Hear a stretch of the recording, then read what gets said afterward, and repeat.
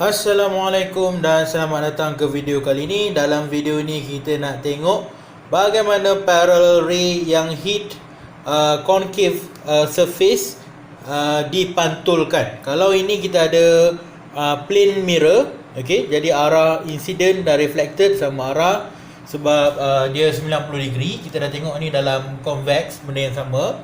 Okey, kita nak tengok pula dalam concave mirror.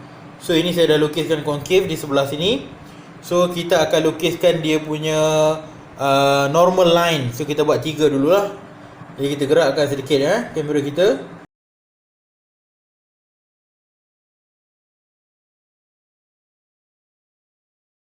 Kesemua line ini adalah berada pada 90 degree kepada surface. Ni semua 90 degree.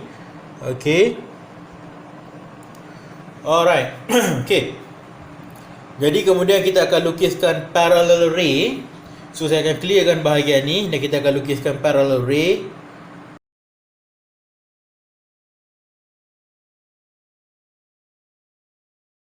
Kita dah ada 3 parallel ray incident kepada kita punya concave surface. Saya lupa nak lukiskan dia punya non-reflecting ni. So kita tambah non-reflecting kita. So ini adalah non-reflecting. Okey. Jadi sekarang ni hukum pantulan mengatakan incident angle mesti sama dengan refracted dan dia berada di sebelah sini lah, bersebelahan kan. So kita akan dapat macam ni. Okey. So kita ini adalah theta reflected. Okey, yang di sini pula kita akan dapat ke sana. So ini incident akan reflected dalam arah yang sama. So dia akan ada satu titik. Nampak tak? So titik ni adalah kita panggil sebagai titik focus F.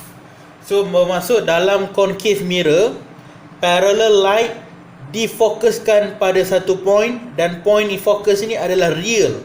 Sebab apa? Ini bukan dotted line, ini adalah solid line. Ini adalah reflected light. Bermaksud reflected light ray tu difokuskan pada point ini. Bermaksud fokus kita adalah real. So kita punya fokus adalah real. Kalau untuk convex tadi, kita punya fokus adalah virtual. Sebab dia made out of dotted lines. Kita trace dia ke belakang. Jadi dia adalah seolah-olah ada satu titik fokus. Tapi dalam case concave, kita memang ada titik fokus. Dan sama macam convex, fokus adalah separuh. Itu yang bagusnya. So sekiranya ini 10 cm, bermaksud jarak pergi sini adalah 5 cm dan nilai dia adalah positif. Jadi nilai fokus adalah nilai C bahagi dengan 2. Okey, sekiranya kita ada C bersamaan dengan 10 cm, so kita bahagi 2, kita akan dapat fokus kita positif. Kenapa kita ambil sebagai positif? Sebab dia adalah real focus. So fokus kita adalah 5 cm. Okey, jadi ini kena ingat ini kena ingat baik-baik. Kita punya fokus adalah real. Ni nampak ni. Sebab memang ni adalah real ini adalah memang reflected light yang menumpu pada satu point ini. Boleh Jadi kita ada real focus kat sini. Okey. Jadi saya rasa untuk bahagian ini itu sahaja. Kita end video tu, kita cuba kita buat beberapa contoh. Okey, sebelum ni kita kena lukiskan normal line ni.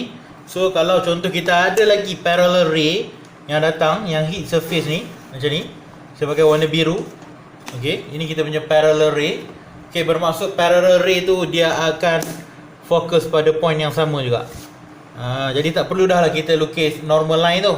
Boleh nampak Kalau yang di bawah pula di sini, contohnya kita ada lagi parallel ray yang datang dan hit surface concave ni, dia juga akan direflect kepada titik fokus berkenaan.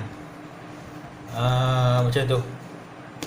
Alright, itu penting lah penting. Jadi ini adalah satu titik fokus di mana parallel ray akan difokuskan pada titik berkenaan. Kalau kita ada parallel ray, mesti ray itu akan dipantulkan ke titik itu. Boleh faham Sebab dia adalah titik fokus. So tak perlu dah lah kita nak lukis apa normal line ni semua. Tapi masih penting lah sebenarnya untuk kita lukis apa ni, light yang reflected, bila light yang langgar surface pada 90 degree. Kita akan pakai juga, tapi untuk video ni kita fokus pada parallel ray.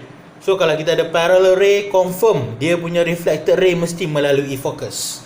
Okay, jadi saya rasa itu penghujung video ini. Kita akan sambung lepas ni dengan formation of image by concave mirror, ray diagram dia.